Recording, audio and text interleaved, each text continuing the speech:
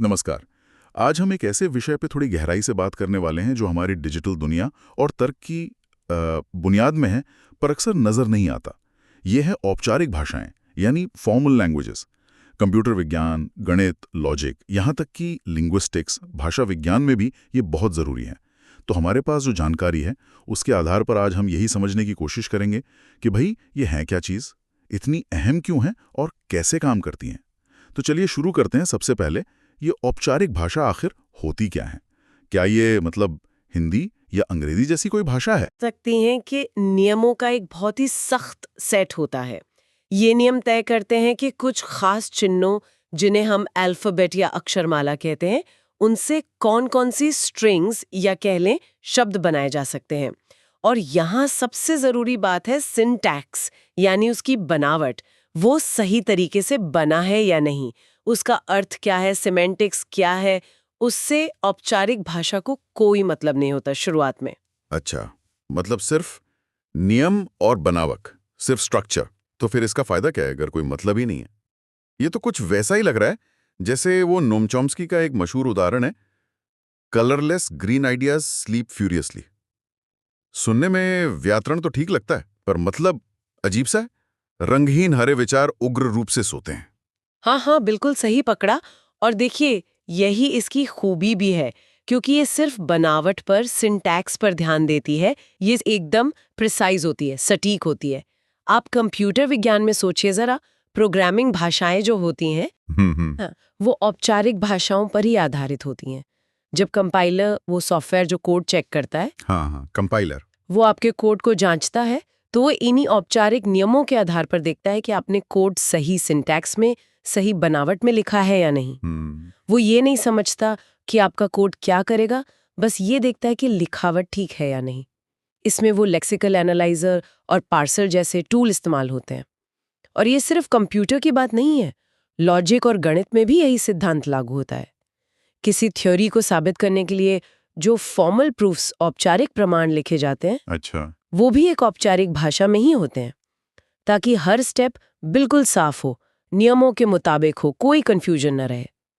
गॉटलोव Frege जैसे दार्शनिकों ने तो कोशिश भी की थी।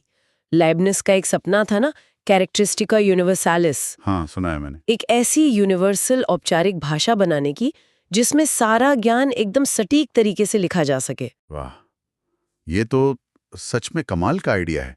एकदम सटीक नियम।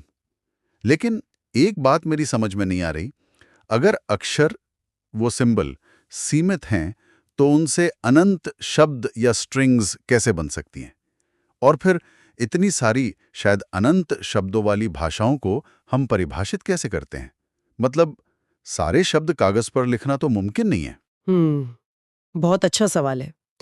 यहीं पर औपचारिक व्याकरण, यानी फॉर्मल ग्रामर, और ऑटोमेटा जैसी चीजें काम आती हैं। हम कुछ गिने चुने नियम बनाते हैं, लेकिन वो नियम ऐसे होते हैं कि उनसे अनंत शब्द बन सकते हैं। जैसे रेगुलर ग्रामर होती है, या उससे थोड़ी ज्यादा शक्तिशाली कॉन्टेक्स्ट फ्री ग्रामर। अच्छा, ग्रामर के जरिए। हाँ, या फिर हम ऑटोमेटा नाम की काल्पनिक मशीनें बनाते हैं। सोचिए, एक फाइनाइट ऑटोमेटन एक एक सिंपल वेंडिंग मशीन जैसा है।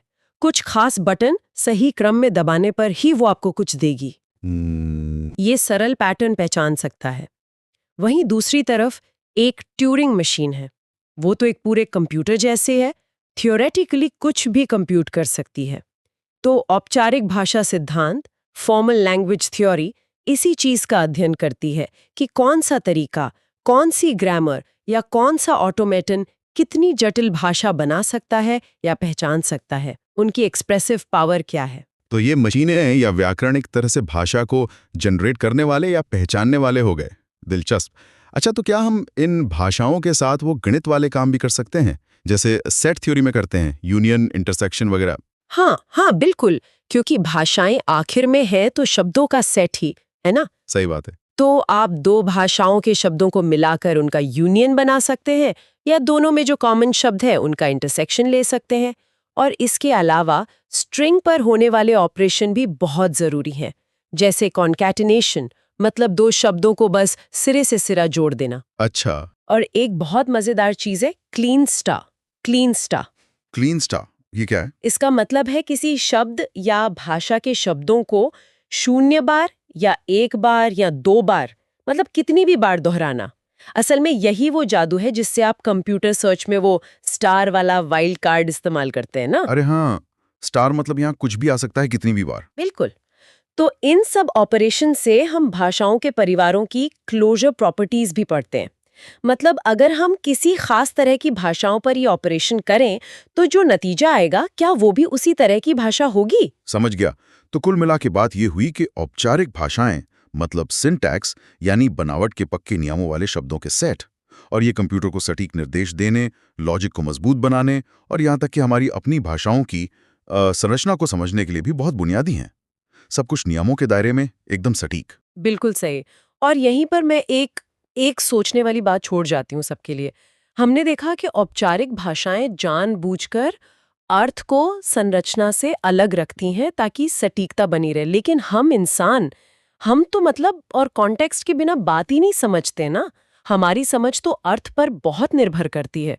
तो सवाल ये उठता है कि क्या ये बेहद सटीक नियम आधारित औपचारिक संरचनाएं कभी इंसानी समझ की उस गहराई को, उसकी बारीकियों को, उसके बदलते हुए मतलबों को क्या कभी पूरी तरह से पकड़ पाएंगी? इनकी सीमाएं कहाँ हैं? सोचने वाली बात है।